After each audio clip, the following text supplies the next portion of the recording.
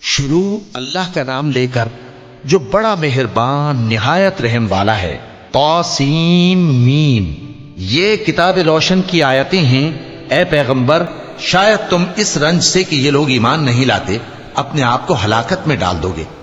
اگر ہم چاہیں تو ان پر آسمان سے کوئی نشانی اتار دیں، پھر ان کی گردنیں اس کے آگے جھک جائیں، اور ان کے پاس رحمان کی طرف سے کوئی نئی نصیحت نہیں آتی مگر یہ اس سے منہ پھیر لیتے ہیں۔ سو یہ تو جھٹلا چکے، اب ان کو اس چیز کی حقیقت معلوم ہو جائے گی جس کی ہنسی اڑاتے تھے۔ کیا انہوں نے زمین کی طرف نہیں دیکھا کہ ہم نے اس میں ہر قسم کی کتنی نفیس چیزیں اگائی ہیں؟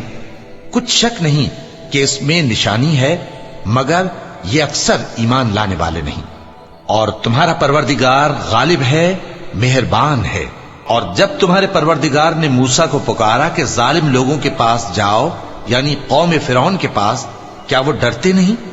انہوں نے کہا کہ میرے پروردگار، میں ڈرتا ہوں کہ وہ مجھے جھوٹا سمجھیں، اور میرا دل تنگ ہوتا ہے اور میری زبان رکتی ہے۔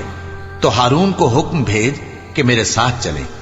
اور ان لوگوں کا مجھ پر ایک گناہ یعنی فرعونی کے خون کا دعویٰ بھی ہے، سو مجھے یہ بھی ڈر ہے کہ مجھ کو مار ہی ڈالیں۔ فرمایا ہرگز نہیں، پس تم دونوں ہماری نشانیاں لے کر جاؤ، ہم تمہارے ساتھ سننے والے ہیں۔ سو دونوں فرعون کے پاس جاؤ اور کہو کہ ہم تمام جہانوں کے مالک کے بھیجے ہوئے ہیں، اور اس لیے آئے ہیں کہ آپ بنی اسرائیل کو ہمارے ساتھ جانے کی اجازت دیں۔ فرعون نے موسیٰ سے کہا، کیا ہم نے تم کو جبکہ تم بچے تھے پرورش نہیں کیا تھا، اور تم نے برسوں ہمارے ہاں عمر بسر نہیں کی؟ اور تم نے ایک اور کام کیا تھا جو کیا، تم ناشکرے معلوم ہوتے ہو۔ موسیٰ نے کہا کہ ہاں، وہ حرکت مجھ سے ناگہاں سرزد ہوئی تھی اور میں خطا کاروں میں تھا۔ پھر جب مجھے تم سے ڈر لگا تو میں تمہارے پاس سے فرار ہو گیا۔ پھر میرے رب نے مجھ کو نبوت و علم بخشا اور مجھے پیغمبروں میں سے کیا۔ اور کیا یہی احسان ہے جو آپ مجھ پر رکھتے ہیں کہ آپ نے بنی اسرائیل کو غلام بنا رکھا ہے؟ فرعون نے کہا، اور رب العالمین کیا ہوتا ہے؟ فرمایا، آسمانوں اور زمین اور جو کچھ ان دونوں میں ہے سب کا مالک، بشرطے کہ تم لوگوں کو یقین ہو۔ فرعون نے اپنے ارد گرد کے لوگوں سے کہا کہ کیا تم سنتے نہیں؟ موسیٰ نے کہا کہ تمہارا اور تمہارے اگلے باپ دادوں کا بھی مالک۔ فرعون نے کہا کہ یہ پیغمبر جو تمہاری طرف بھیجا گیا ہے باولا ہے۔ موسیٰ نے کہا کہ مشرق اور مغرب اور جو کچھ ان دونوں کے درمیان ہے سب کا مالک، بشرطے کہ تم کو سمجھ ہو۔ فرعون نے کہا کہ اگر تم نے میرے سوا کسی اور کو معبود بنایا تو میں تمہیں قید کر دوں گا۔ موسیٰ نے کہا، خواہ میں آپ کے پاس روشن چیز لاؤں یعنی معجزہ؟ فرعون نے کہا، اگر سچے ہو تو اسے لاؤ، دکھاؤ۔ پس انہوں نے اپنی لاٹھی ڈال دی تو وہ اسی وقت صاف اژدہا بن گئی، اور اپنا ہاتھ جو نکالا تو اسی دم دیکھنے والوں کے لیے سفید براق نظر آنے لگا۔ فرعون نے اپنے گرد کے سرداروں سے کہا کہ یہ تو ایک ماہر جادوگر ہے، چاہتا ہے کہ تم کو اپنے جادو کے زور سے تمہارے ملک سے نکال دے، تو تمہاری کیا رائے ہے؟ انہوں نے کہا کہ اس کو اور اس کے بھائی کو کچھ مہلت دیجئے اور شہروں میں نقیب بھیج دیجئے کہ سب ماہر جادوگروں کو جمع کر کے آپ کے پاس لے آئیں۔ آخر جادوگر ایک مقررہ دن کی میعاد پر جمع ہو گئے اور لوگوں سے کہہ دیا گیا کہ تم سب کو اکٹھے ہو جانا چاہیے تاکہ اگر جادوگر غالب رہیں تو ہم ان کے پیرو ہو جائیں۔ پھر جب جادوگر آ گئے تو فرعون سے کہنے لگے کہ اگر ہم غالب رہے تو ہمیں صلہ بھی عطا ہوگا؟ فرعون نے کہا، ہاں، اور تب تم مقربوں میں بھی داخل کر لیے جاؤ گے۔ موسیٰ نے ان سے کہا کہ جو چیز ڈالنی چاہتے ہو ڈالو۔ تو انہوں نے اپنی رسیاں اور لاٹھیاں ڈالیں اور کہنے لگے کہ فرعون کے اقبال کی قسم، ہم ہی ضرور غالب رہیں گے۔ پھر موسیٰ نے اپنی لاٹھی ڈالی تو وہ ان چیزوں کو جو جادوگروں نے بنائی تھیں نگلنے لگی۔ تب جادوگر سجدے میں گر پڑے اور کہنے لگے کہ ہم تمام جہانوں کے مالک پر ایمان لائے جو موسیٰ اور ہارون کا رب ہے۔ فرعون نے کہا، کیا اس سے پہلے کہ میں تم کو اجازت دوں تم اس پر ایمان لے آئے؟ بے شک یہ تمہارا بڑا ہے جس نے تم کو جادو سکھایا ہے، سو ان قریب تم اس کا انجام معلوم کر لوگے کہ میں تمہارے ہاتھ اور مخالف سمت کے پاؤں کاٹ دوں گا اور تم سب کو سولی پر چڑھا دوں گا۔ انہوں نے کہا کہ کچھ نقصان کی بات نہیں، ہم اپنے پروردگار کی طرف لوٹ جانے والے ہیں، ہمیں امید ہے کہ ہمارا پروردگار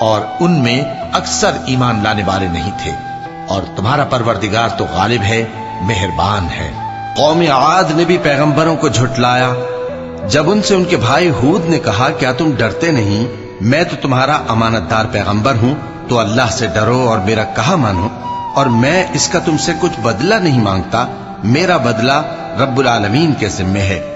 بھلا تم ہر اونچی جگہ پر فضول نشان تعمیر کرتے ہو اور محل بناتے ہو کہ شاید تم ہمیشہ رہو گے، اور جب کسی کو پکڑتے ہو تو جابرانہ پکڑتے ہو، تو اللہ سے ڈرو اور میری اطاعت کرو، اور اس سے ڈرو جس نے تم کو ان چیزوں سے مدد دی جن کو تم جانتے ہو۔ اس نے تمہیں مویشیوں اور بیٹوں سے مدد دی اور باغوں اور چشموں سے۔ مجھ کو تمہارے بارے میں بڑے سخت دن کے عذاب کا خوف ہے۔ وہ کہنے لگے کہ تم ہمیں خواہ نصیحت کرو یا نہ کرو، ہمارے لیے یکساں ہے، یہ تو اگلوں ہی کی عادت ہے، اور ہم پر کوئی عذاب نہیں آئے گا۔ تو انہوں نے ہود کو جھٹلایا، سو ہم نے ان کو ہلاک کر ڈالا، بے شک اس میں نشانی ہے، اور ان میں اکثر ایمان لانے والے نہیں تھے، اور تمہارا پروردگار تو غالب ہے، مہربان ہے۔ قوم سمود نے بھی پیغمبروں کو جھٹلایا جب ان سے ان کے بھائی صالح نے کہا کہ تم ڈرتے کیوں نہیں، میں تو تمہارا امانت دار پیغمبر ہوں، تو اللہ سے ڈرو اور میرا کہا مانو، اور میں اس کا تم سے بدلہ نہیں مانگتا، میرا بدلہ رب العالمین کے ذمے ہے۔ کیا جو چیزیں تمہیں یہاں میسر ہیں ان میں تم یوں ہی بے خوف چھوڑ دیے جاؤ گے؟ یعنی باغ اور چشمے اور کھیتیاں اور کھجوریں جن کے خوشے لطیف و نازک ہوتی ہیں، اور پہاڑوں میں تراش تراش کر پرتکلف گھر بناتے ہو، تو اللہ سے ڈرو اور میرے کہے پر چلو، اور حد سے تجاوز کرنے والوں کی بات نہ مانو جو ملک میں فساد کرتے ہیں اور اصلاح نہیں کرتے۔ وہ کہنے لگے کہ تم تو جادو زدہ ہو، تم اور کچھ نہیں، ہماری ہی طرح کے آدمی ہو، اگر سچے ہو تو کوئی نشانی پیش کرو۔ صالح نے کہا دیکھو یہ اونٹنی ہے، ایک دن پانی پینے کی اس کی باری ہے اور ایک معین روز تمہاری باری، اور اس کو کوئی تکلیف نہ دینا، نہیں تو تم کو ایک بڑے سخت دن کا عذاب آ پکڑے گا۔ بالآخر انہوں نے اس کو مار ڈالا، پھر نادم ہوئے، سو ان کو عذاب نے آ پکڑا، بے شک اس میں نشانی ہے، اور ان میں اکثر ایمان لانے والے نہیں تھے، اور تمہارا پروردگار تو غالب ہے، مہربان ہے۔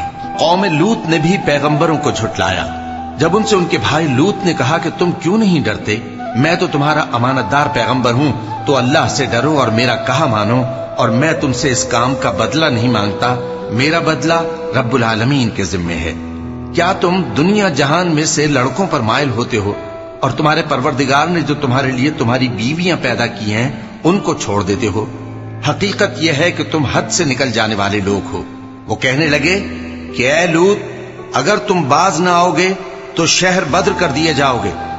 لوط نے کہا میں تمہارے کام سے سخت بیزار ہوں، اے میرے پروردگار، مجھ کو اور میرے گھر والوں کو ان کے کاموں کے وبال سے نجات دے۔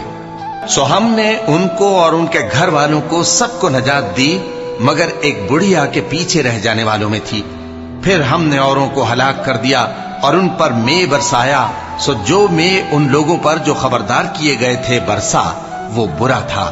بے شک اس میں نشانی ہے، اور ان میں اکثر ایمان لانے والے نہیں تھے، اور تمہارا پروردگار تو غالب ہے، مہربان ہے۔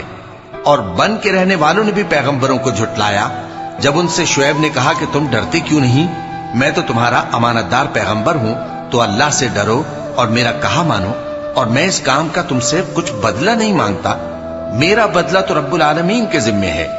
دیکھو پیمانہ پورا بھرا کرو اور نقصان نہ کیا کرو، اور ترازو سیدھی رکھ کر تولا کرو، اور لوگوں کو ان کی چیزیں کم نہ دیا کرو، اور ملک میں فساد نہ کرتے پھرو، اور اس سے ڈرو جس نے تم کو اور پہلی خلقت کو پیدا کیا۔